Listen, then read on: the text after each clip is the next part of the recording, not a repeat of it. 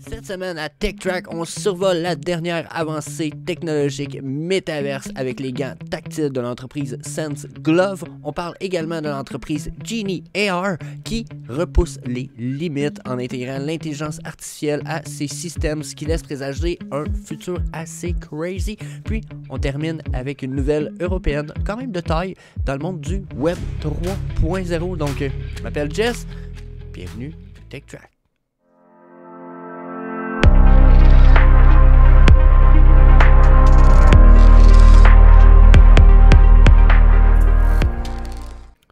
Donc, on commence avec Sense Glove, comme je vous ai parlé, qui est, selon moi, big news.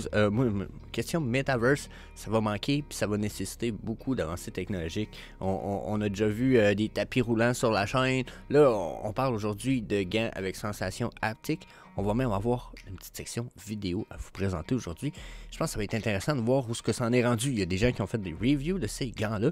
Puis, pour l'instant, malgré le fait que ça a l'air gros and bulky sur la main et un peu encombrant, semble-t-il que la technologie est là pour avoir écouté justement la vidéo qu'on va voir un peu plus tard. Vous allez voir, le gars, à un moment donné, il dit « Je tiens une drill », mais il dit « J'avais le feeling de sentir une drill avec le bouton. » Il dit vraiment, il dit « C'était fiable. » Donc, 20 avril 2023, je vous lis ça un petit peu ici, je pense que c'est mieux que ce que je vous lis ça, que je vous improvise ce qui est écrit. Donc, Sense Glove, le fournisseur de gants haptiques, qu'est-ce qui veut dire tactile bien entendu, pour réalité virtuelle et augmentée, a récemment annoncé avoir levé 3,25 millions d'euros, ce qui est un beau petit pactole, dans le cadre d'une tournée de financement qui a été menée par Lumo, qui est une société de capital risque qui investit dans les entreprises de technologie innovantes. Donc, le financement va être utilisé pour accélérer la croissance et l'innovation en mettant l'accent sur l'avancement de la technologie tactile pour les gants Sense Glove Nova actuels. Donc là, c'est pas du style « Oh là, on a reçu de l'argent, puis c'est pour faire de quoi de nouveau, on va trouver une nouvelle idée. » Puis c'est non, c'est de quoi qui existe déjà, qui a déjà une proof of concept, puis qui est déjà peut-être pas nécessairement encore mainstream parce que la technologie est peut-être trop grosse. Mais là, on a une bonne technologie, ça a l'air efficace, fonctionnel. Reste à réduire cette technologie de taille et autres. Et d'après moi, on a un potentiel assez ouf. Donc, c'est ce qui est écrit ici. La société cherchera également à développer de nouveaux produits haptiques pour la main.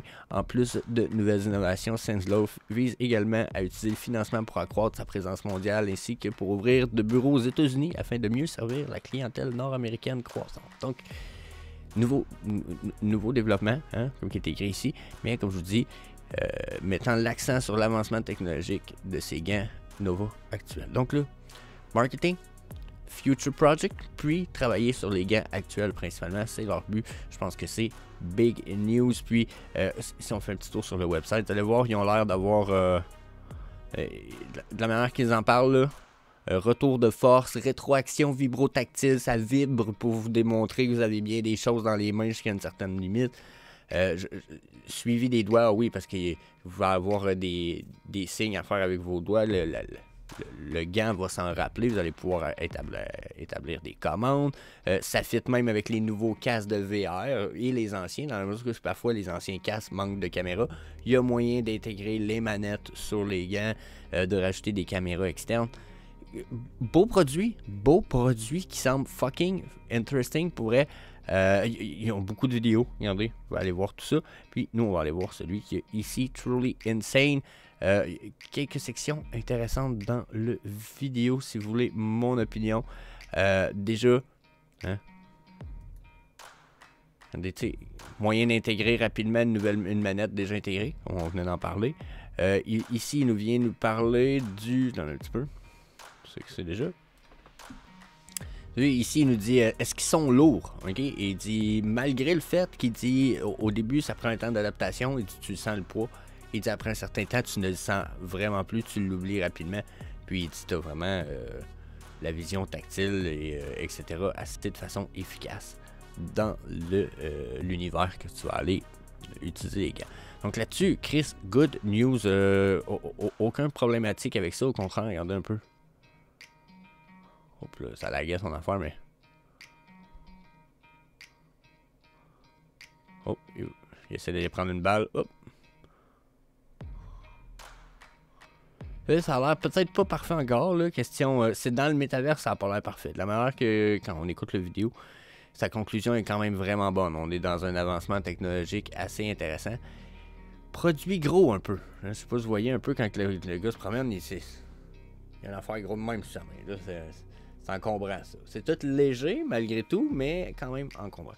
Donc, personnellement, je suis bullish. Quand je vois ça, je me dis, dans le futur, on va avoir probablement plus petit que ça. Réduisez la taille là, de 80% de tout ça, là, avec un beau petit module sur le dessus de la main, ou même un module connecté sur votre taille, peut-être même par Bluetooth pour le transfert d'informations.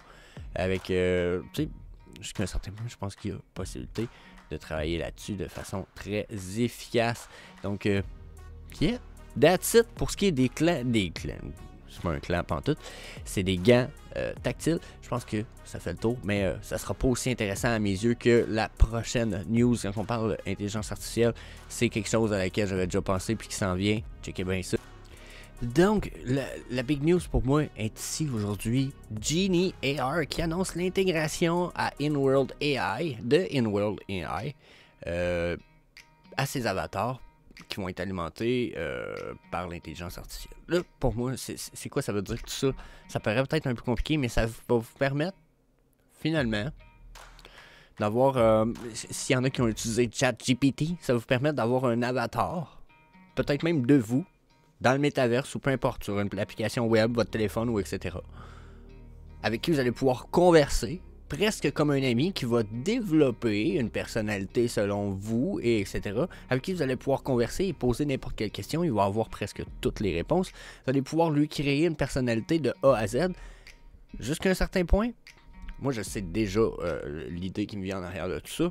Moi je trouve ça huge dans la mesure que...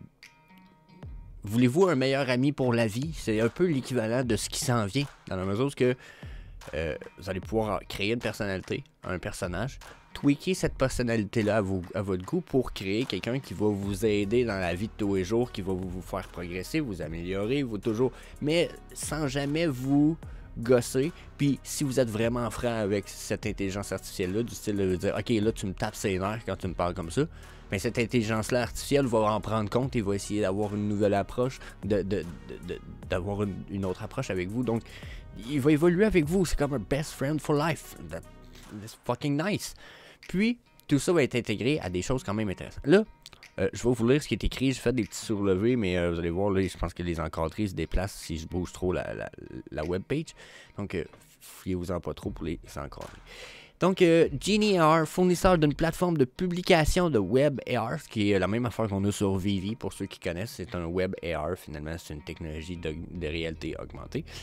Okay. Donc, c'est une plateforme de publication de Web AR pour les marques et les créateurs, qui a annoncé l'intégration de InWorld AI, qui est une plateforme de développement pour la création de personnages d'intelligence artificielle, qui permet à quiconque de créer et de converser avec une intelligence artificielle personnage créé en réalité augmentée.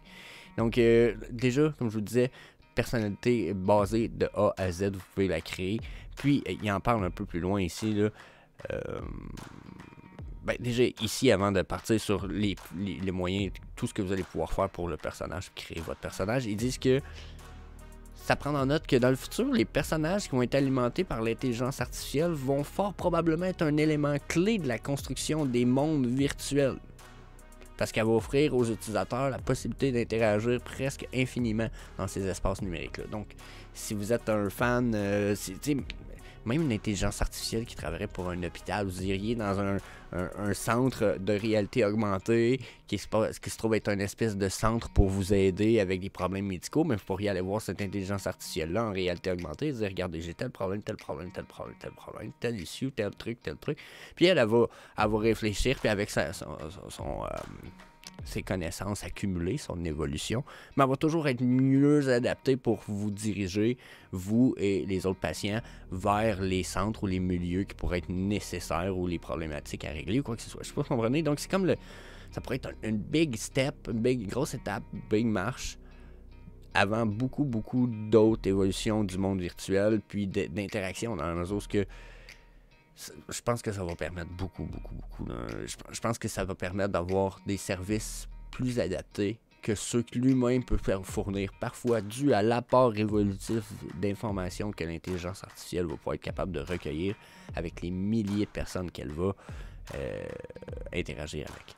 Donc, ensuite, il dit là, il y a sûrement d'autres choses d'intéressant avec tout ça, puis le point est ici, je pense, c'est qu'avec InWord Studio, les créateurs peuvent utiliser un langage naturel et des commandes simples pour créer la personnalité, le cerveau et le cerveau de leur personnage. Le tout sans codage. Les motivations, les connaissances, les traits de caractère, les voix et pratiquement tous les aspects de la personnalité du personnage peuvent être personnalisés. Une fois le cerveau InWords créé, les utilisateurs peuvent télécharger un fichier Ready Player Me qui est truqué et facilement compatible avec la plateforme GeneIR, permettant l'intégration rapide de tout ça. Puis là, dans un petit peu, je vais vous débarrasser de tout ça. Permettant une intégration transparente dans un écosystème de réalité augmentée interactif sur un monde ouvert. Donc là, on parle d'avoir ça, cette faculté-là d'une intelligence artificielle plantée sur un avatar dans toutes les métaverses ou dans toutes les applications que le monde désire, qui va avoir de la réalité augmentée, ou même juste la possibilité d'avoir de quoi de transmettre avec votre téléphone, puis d'avoir dans votre écran de téléphone un avatar dans la réalité actuelle. Donc, pour moi, big news. Je pense que ça va promettre et permettre de choses encore plus ouf que ça, comme d'avoir comme je vous disais, son best friend qui vous suit à temps plein, presque peut-être même connecté dans votre Bluetooth, avec qui vous pouvez toujours parler à temps plein, all day. Qui va toujours vous dire, qui va peut-être vous rappeler, hey buddy, ça fait 15 minutes que tu fais du TikTok. Faudrait que tu lâches ça, t'as d'autres choses de prévues dans ta journée, puis si tu fais ça trop longtemps, à part de le faire peut-être à soir avant de te coucher, t'as peut-être perdre du temps que tu veux pas perdre. Donc, tu sais, genre de petit insight de même. Donc, je pense que ça peut être fucking huge, big news.